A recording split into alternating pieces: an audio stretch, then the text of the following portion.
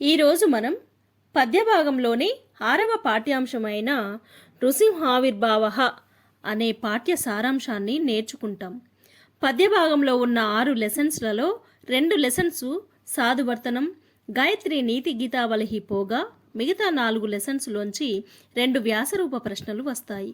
అందులోంచి ఒకదానికి సమాధానాన్ని రాయవలసి ఉంటుంది. దానికి 6 మార్కులను కేటాయించడం జరిగింది.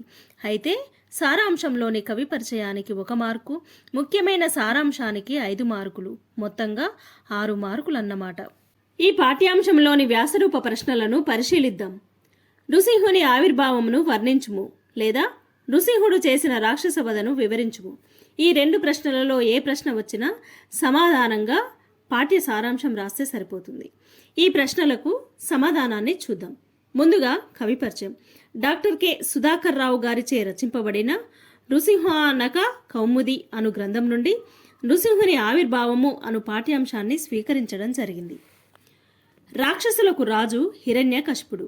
ఇతడు మహా అహంకారి. అంతేకాకుండా ఇతనికి విష్ణు అంటే ద్వేషము. హిరణ్యకశిపుని పుత్రుడే ప్రహ్లాదుడు. ఇతడు తన తండ్రికి శత్రువైన విష్ణువుకి గొప్ప భక్తుడు. ప్రహ్లాదుడు అనునిత్యం విష్ణు ఆరాధన చేసేవాడు.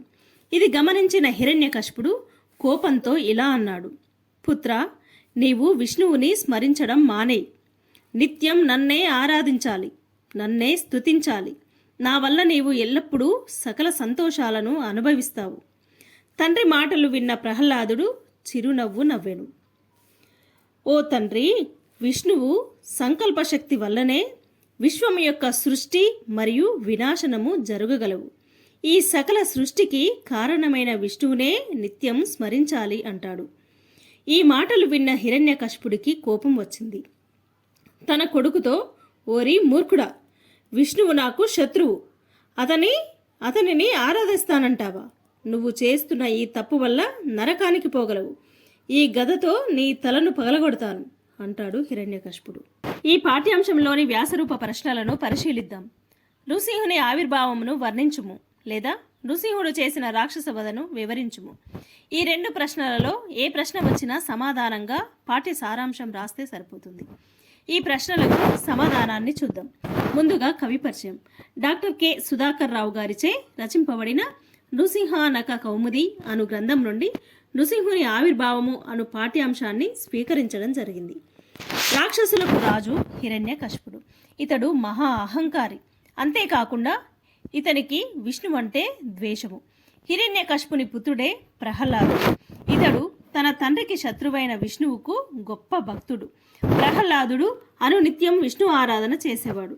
ఇది గమనించిన హిరణ్యకశిపుడు కోపంతో ఇలా అన్నాడు: పుత్ర, నీవు విష్ణువుని స్మరించడం మానేయ్. నిత్యం నన్నే ఆరాధించాలి, నన్నే స్తుతించాలి.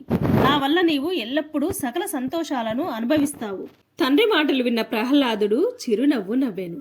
ఓ తండ్రి, విష్ణువు సంకల్పశక్తి వల్లనే విశ్వం యొక్క సృష్టి మరియు వినాశనము జరగగలవు. ఈ సకల సృష్టికి కారణమైన విష్ణువునే నిత్యం స్మరించాలి అంటాడు. ఈ మాటలు విన్న హిరణ్యకశిపుడికి కోపం వచ్చింది. తన కొడుకుతో, ఓరి మూర్ఖుడా, విష్ణువు నాకు శత్రువు. అతనిని ఆరాధిస్తానంటావా? నువ్వు చేస్తున్న ఈ తప్పు వల్ల నరకానికి పోగలవు. ఈ గదతో నీ తలను పగలగొడతాను అంటాడు హిరణ్యకశిపుడు. ఇప్పుడు పిలువు విష్ణువుని, నిన్ను ఎలా కాపాడతాడో చూస్తా. నువ్వు ఆరాధిస్తున్న విష్ణువు అంతటా ఉన్నాడని అంటున్నావు కదా, ఉంటే గనక ఇప్పుడే నాకు చూపించు. ఇంటిలో ఉన్న ఈ స్తంభంలో ఉన్నాడా? నీ విష్ణువును నా గదతో ఇప్పుడే చంపేస్తాను అంటాడు.